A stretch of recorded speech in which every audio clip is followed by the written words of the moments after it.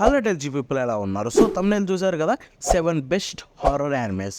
So horror mystery ఈ రెండు జనర్స్ అయితే మిక్స్ చేసేద్దాం. సో ఎందుకు పర్టికులర్గా 7 అంటున్నానంటే ఈజీ.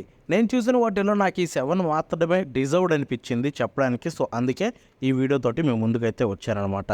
సో వీటిలో కంప్లీట్లీ హారర్ అంటే దెయ్యాలు వచ్చేసి పొడి చేసి చంపేసనే కాదు, హారర్ ఎక్స్పీరియన్స్ ఇచ్చే వాటిని అయితే మెన్షన్ చేస్తున్నాను అనమాట. సో కాబట్టి వీడియో ఎండ్ వరకు చూడండి, మీకు చాలా బాగా నచ్చుతుంది. సో ఇక ఆలస్యం చేయకుండా డైరెక్ట్గా మ్యాటర్లోకి దిగిపోదాం. So let's start with number 7, Uzumaki. So Uzumaki యాక్చువల్గా దీని మీద ఉన్న హైప్ అంతా ఇంత కాదు. ఇది యాక్చువల్గా ఈ ఇయర్లోనే రిలీజ్ అయింది. ఫస్ట్ నుంచి చూసుకుంటే ఇది ఎపిసోడ్ 1 చూసిన తర్వాత హారర్ యానిమేస్లో ది బెస్ట్ అవుద్ది అనుకున్నాం. బట్ తర్వాత వచ్చిన 3 ఎపిసోడ్స్ అయితే చాలా దరిద్రంగా చేసి పెట్టారనమాట. స్టిల్ ఉజుమాకి తోప్ హారర్ స్టోరీ కాబట్టి మాంగాలో అండ్ ఆ యానిమేలో కూడా ఆ స్టోరీ అదే ఎక్స్పీరియన్స్ చేస్తుంది యానిమేషన్ వైజ్గా మీకు దెబ్బేసినా కానీ. ఓన్లీ 4 ఎపిసోడ్సే కాబట్టి ఉజుమాకిని చూడండి. Episode 1 one of the best experience కలిగిస్తుంది. తర్వాత ఎపిసోడ్స్ యానిమేషన్ బాగాలేకపోయినా కానీ మిగతా 3 ఎపిసోడ్స్ స్టోరీ వైజ్గా మీరు అలరిస్తాయి అండ్ మంచి హారర్ ఎక్స్పీరియన్స్ అయితే కలిగిస్తాయి. సో కాబట్టి ఆ ఒక్క ఉద్దేశంతో ఉజుమాకిని పెడుతున్నానే తప్ప ఈ యానిమేకి అది ఇదని చెప్పి చెప్పట్లేదు. ఇన్ఫ్యాక్ట్ మీరు మాంగా చదవడానికి ఓకే బ్రో నాకంటే మాత్రం ఉజుమాకి మాంగానే ట్రై చేయండి. అది 100 టైమ్స్ బెటర్ ఎక్స్పీరియన్స్ కలిగిస్తుంది. అండ్ బై ద వే ఇదైతే ఇండియాలో నెట్ఫ్లిక్స్లో అవైలబుల్లో ఉంది. అండ్ దీని యొక్క ప్రిమైస్ విషయానికి వెళ్ళిపోతే సో పేరుకు తగ్గట్టుగానే స్పైరల్ అనమాట. ఉజుమాకి అంటే స్పైరల్ అంటారు, సో రౌండ్గా. సో ఆ స్పైరల్ ఏంటంటే ఒకరోజు ఒక ఊర్లో మొత్తం స్పైరల్గా అయితే కనిపిస్తూ ఉంటాయన్నమాట మన మెయిన్ క్యారెక్టర్స్కి. ఇన్ఫ్యాక్ట్ వాళ్ళకే కాదు ఊరంతా కూడా. సో అసలు అది ఏంటి, ఎందుకు వస్తుంది, అసలు మనుషుల్ని చంపేదాకా ఎందుకు వెళ్తుంది అని చెప్పి స్టోరీ ఉంటుందన్నమాట. తెలుసుకోవాలనుకుంటే వెంటనే వెళ్ళిపోయి చూసేయండి, చాలా ఇంట్రెస్టింగ్గా ఉంటుంది అండ్ మీరు చాలా ఎంజాయ్ చేస్తారు కూడా. సో ఇక మన నెంబర్ 6 విషయానికి వెళ్ళిపోతే Junji Ito maniac. So Japanese tales of the macabre. So ఇది చూసుకుంటే 2023లో వచ్చింది. By the way జుంజు Ito maniac అనేది కూడా చూసుకుంటే మీకు ఆయనదే. అసలు యాక్చువల్గా ఆయన పేరే జుంజు ఇటో అనమాట. క్రియేటర్ ఉజుమాకిని క్రియేట్ చేసింది కూడా ఆయనే. సో కాబట్టి జుంజు ఇటో మేనియాక్ విషయానికి వెళ్ళిపోతే ఇది కూడా సేమ్ అంతే. యానిమే వైజ్గా ఇది బాగుంటుంది, మీరు ఎంజాయ్ చేస్తారు.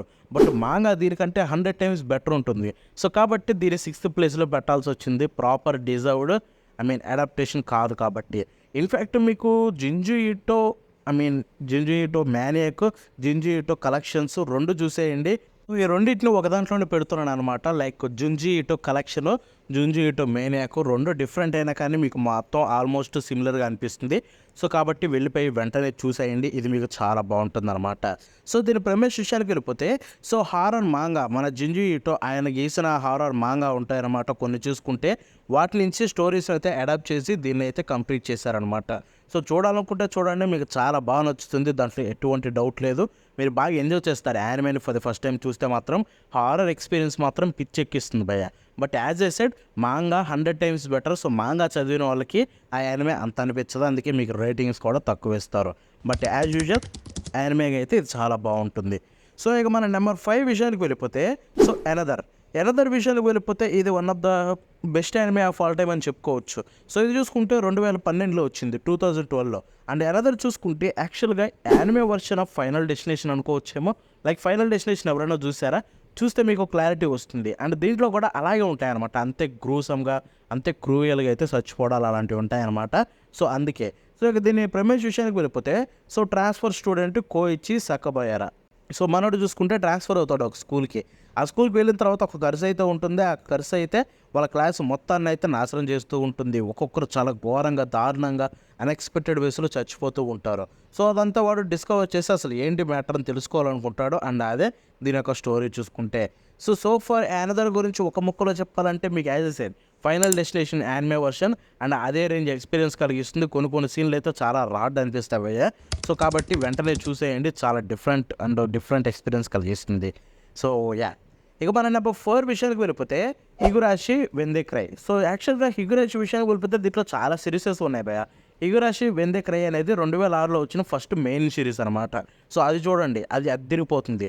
సో లేకపోతే మీరు కొత్తది 2020లో వచ్చిందనమాట, హిగురాషి వెన్ దే క్రై గో అని చెప్పి. సో అది కూడా చూసుకుంటే స్టార్టింగ్ నుంచి స్టార్ట్ అయింది, బట్ తర్వాత సీక్వెల్ కింద కంటిన్యూ అయ్యింది. హిగురాషి వెన్ దే క్రై కంప్లీట్ చేయండి అయితే దాంట్లో ఉంటుంది. సో కాబట్టి అది కూడా చూడాలనుకుంటే చూడొచ్చు. బట్ పాతది ఇచ్చినంత హారర్ ఎక్స్పీరియన్స్ కలిగించదు, బట్ స్టిల్ హారర్గా అయితే ఉంటుంది. అండ్ కొత్తదైతే మీకు క్రంచీరోల్లో ఉంది, పాతదైతే ఎక్కడ లేదు. ఇన్ఫ్యాక్ట్ ఇప్పటివరకు నేను చెప్పిన సిరీస్ లేవి, ఎనదర్ కూడా ఎక్కడా లేదు. బట్ చెప్పాను కదా, ఉజుమాకి నెట్ఫ్లిక్స్లో ఉంది, అండ్ జింజు ఇటో కలెక్షన్స్ చూసుకుంటే మీకు క్రంచీరోల్లో ఉన్నాయి. సో ఇక మనం దీని హిగురాషి ప్లెమిష్ విషయానికి వెళ్ళిపోతే, సో ఒక విలేజ్ అనమాట, హినామిజావా విలేజ్. సో ఇక్కడ చూసుకుంటే కొన్ని లైక్ చాలా ఘోరంగా మర్డర్స్ అయితే జరుగుతూ ఉంటాయి. అండ్ దీనికి సంబంధించి ఏదో విచిత్రంగా అయితే జరుగుతూ ఉంటుంది ఆ మర్డర్స్ వెనకాల. And at the same time అసలు ఏంటి ఇదంతా ఎందుకు జరుగుతుంది అనేది చెప్పి స్టోరీ ఉంటుంది. చెప్తున్నాను, హిగురాషి నేను ఎప్పుడు చూసానో తెలుసా, 2020లో దాని సీక్వెల్ వచ్చిందన్న కదా, హిగురాషి వెన్ దే క్రై గో అని చెప్పి. వచ్చినప్పుడు దాన్ని చూద్దామని ఓపెన్ చేశాను, ఎందుకంటే నాకు పల్లెటూరు యానిమేస్, మంచి వైబ్స్ ఇచ్చే యానిమేస్ అంటే చాలా ఇష్టం అని చెప్పాను మీ అందరికి ఆల్రెడీ. సో అదే ఉద్దేశంతో చూసా, బికాస్ దాని గురించి నాకేం తెలియదు 2020లో. And at the same time అక్కడ చూసుకుంటే దాని యొక్క ఏవైతే కీ విజువల్స్ అవి ఉంటాయో చాలా బాగుంటాయి, మంచి పల్లెటూరు సెట్టింగు, క్యూట్ క్యారెక్టర్స్ ఉంటాయి. చాలా క్యూట్గా ఉంటాయి క్యారెక్టర్స్. సో అది మోసపోయి చూశారనమాట. ఎపిసోడ్ 1 ఎండ్ అయిపోయే లోపు నాకైతే దిమ్మ తిరిగిపోయింది, అరే ఏంట్రా ఇది అనుకున్నా. సో అప్పుడే హిగురాషి గురించి మొత్తం తెలుసుకున్నా. సో కాబట్టి క్యూట్గా ఉన్నారు కదా అని చెప్పి సైలెంట్గా పక్కన పెట్టేయకండి, ఆ క్యూట్గా ఉన్న వాళ్ళు మీకు కొంప ముంచుతారు ఈ సిరీస్లో చూసుకుంటే. సో అదనమాట నెంబర్ 4. సో ఇక నెంబర్ 3 విషయానికి వెళ్ళిపోతే పారానోయా ఏజెంట్. సో ఇది చూసుకుంటే మీకు 2004లో వచ్చింది. సో ఇది చూసుకుంటే సటోషి కోన్ నుంచి వచ్చిన ఒక థ్రిల్లర్ మాస్టర్ పీస్ అని చెప్పుకోవచ్చు. సో దీని యొక్క ప్రిమేజ్ విషయానికి వెళ్ళిపోతే, సో ఒక మిస్టీరియస్ అటాకర్ అనమాట. సో వాడి పేరు లిల్ స్లగర్. సో ఇది మనోడు చూసుకుంటే సో అటాక్ చేస్తూ ఉంటాడు అనమాట రాత్రి పూట టైంలో చూసుకుంటే. అండ్ దీంట్లో చూసుకుంటే నేరేటివ్ చాలా డిఫరెంట్గా ఉంటుంది, ఇంటర్ కనెక్టెడ్గా. అట్ ద సేమ్ టైమ్ మీకు సోషల్ యాంగ్జైటీస్ గురించి, ఫియర్స్ గురించి, గిల్ట్ గురించి, సో వీటన్నిటి గురించి అయితే చాలా డిఫరెంట్గా అండ్ చాలా డిఫరెంట్ వేలో అయితే వాళ్ళు ఎక్స్ప్లోర్ చేస్తారనమాట. అండ్ పారానోయా ఏజెంట్ సిరీస్ చూసుకుంటే లైక్ లిటరల్లీ నాకైతే చాలా క్రేజీ ఎక్స్పీరియన్స్ కలిగించింది.